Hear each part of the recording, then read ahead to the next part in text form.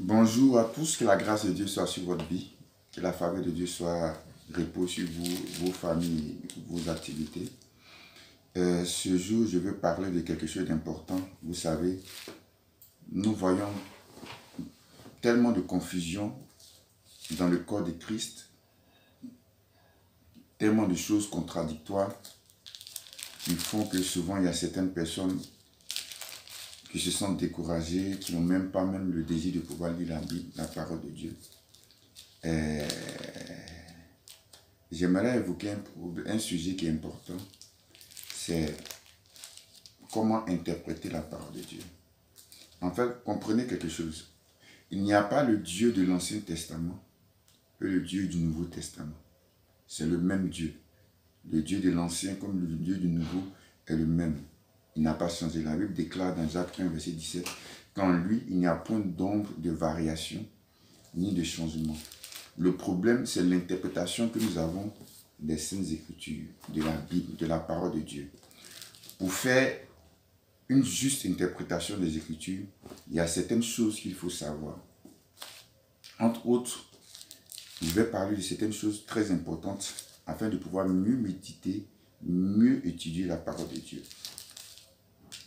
Vous savez, la Bible déclare qu'il est écrit que toute écriture est inspirée de Dieu. 2 Timothée chapitre 3 verset 16. Toute écriture est inspirée de Dieu. En fait, la Bible est la parole de Dieu. Dans ce contexte-là, que c'est Dieu qui a inspiré la parole de Dieu. Donc, dans ce contexte, la Bible est la parole de Dieu. Mais la Bible ne contient pas que la parole de Dieu. C'est-à-dire, dans la Bible, il n'y a pas que Dieu qui a parlé. Il y a aussi le diable qui a parlé, comme nous voyons dans le jardin d'Éden. Il y a des hommes qui ont parlé. Il y a des démons qui ont parlé. Il y a des anges qui ont parlé. Et il y a même des animaux qui ont aussi parlé, comme l'âne de Balaam. Donc, la Bible ne contient pas que la parole de Dieu, que les paroles de Dieu.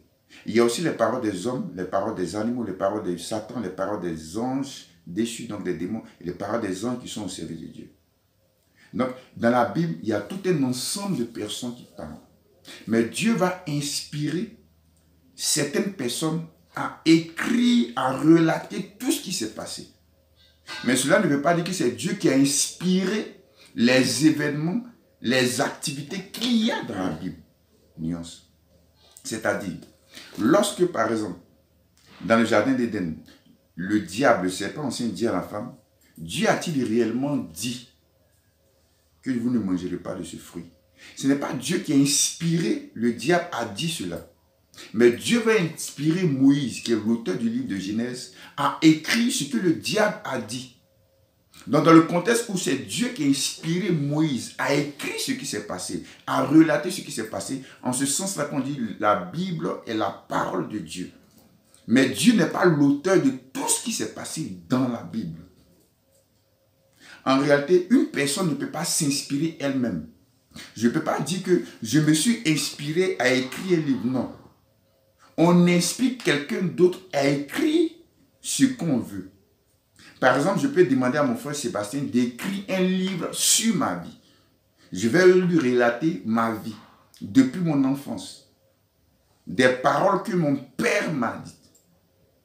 Ce que je vais inspirer à mon frère d'écrire par rapport à ma vie, les paroles par exemple que mon père m'a dites, ce n'est pas moi qui suis l'auteur des paroles de mon père, mais c'est moi qui vais inspirer mon ami Sébastien à écrire dans le livre ce que mon père m'a dit. Donc, Sébastien sera inspiré par moi. Mais ce n'est pas lui qui est l'auteur de cela. Non. Lui ne fait que écrire. C'est pourquoi on dit que la Bible, Dieu est l'auteur de la Bible. Ou le Saint-Esprit qui est Dieu est l'auteur de la Bible. C'est parce que c'est lui qui a inspiré les hommes à écrire la Bible. Donc souvent, lorsqu'on décortique, lorsqu'on interprète la Bible, il est important de savoir qui a dit quoi. Par exemple, quand Job dit, l'Éternel a donné, l'Éternel a repris, que le nom du Seigneur soit béni. C'est vrai, ça y est dans la Bible. Dieu a inspiré l'auteur du livre de Job et écrit dans le livre de Job ce que Job a dit. Mais ce n'est pas Dieu qui a inspiré Job à dire cela. Pourquoi? Parce qu'effectivement, dans l'histoire, on comprend que c'est Dieu qui lui a donné ces bénédictions qu'il a eues. Mais ce n'est pas Dieu qui lui a retiré les bénédictions. Non. C'est le diable qui l'a fait. Donc quand Job dit, l'Éternel a donné, l'Éternel a repris, que le nom du Seigneur soit béni. Non, je ne suis pas d'accord avec Job. Parce que ce n'est pas Dieu qui t'a repris cela. Même si certains diront c'est Dieu qui a permis cela. Mais ce n'est pas Dieu qui a repris cela. C'est Satan qui a repris cela. Donc lorsque tu étudies la parole de Dieu, lorsque tu vois une phrase, lorsque tu vois une parole, à toi de savoir si cette parole est en accord avec la vérité de Dieu et en accord avec la nature de Dieu. Parce que Dieu ne ment point. C'est pourquoi il faut faire attention lorsqu'on médite la parole de Dieu. Donc effectivement, la Bible est la parole de Dieu, techniquement. Dans ce contexte où c'est Dieu qui a inspiré les hommes à écrire ce que nous avons, à documenter cela. Mais ce n'est pas Dieu qui est responsable de tout ce qui est arrivé dans la Bible. Ce n'est pas Dieu qui est l'auteur de tout ce qui est arrivé dans ce livre.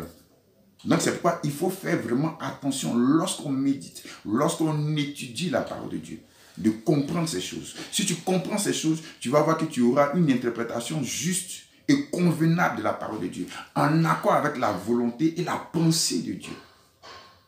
J'espère que vous avez bien compris ce que j'ai dit ce matin. J'espère que l'Esprit de Dieu continuera encore à vous éclairer, à vous illuminer vis-à-vis de cela, afin que vous ayez une compréhension plus poussée de la parole de Dieu, une compréhension qui est en accord avec Dieu et sa nature, avec ses caractéristiques. C'est très important.